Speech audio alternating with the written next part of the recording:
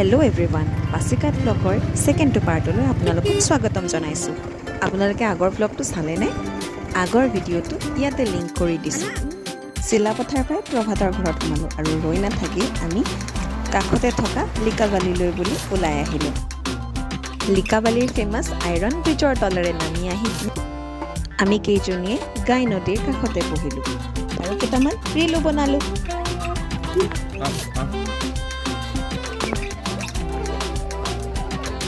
গধূলি হোৱাত ওচৰৰে ৰেষ্টুৰেণ্ট এখনত সোমালোঁ। খাই শেষ হোৱাৰ পাছত আমাৰ ভেবেলা মাতেৰে সুৰৰ তাঁৰ দুডালমান টানিবলৈ চেষ্টা কৰিলোঁ।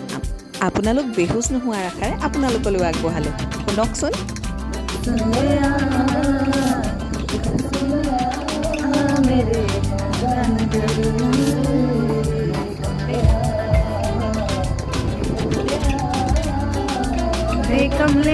আজিলৈ আহিছোঁ দেই।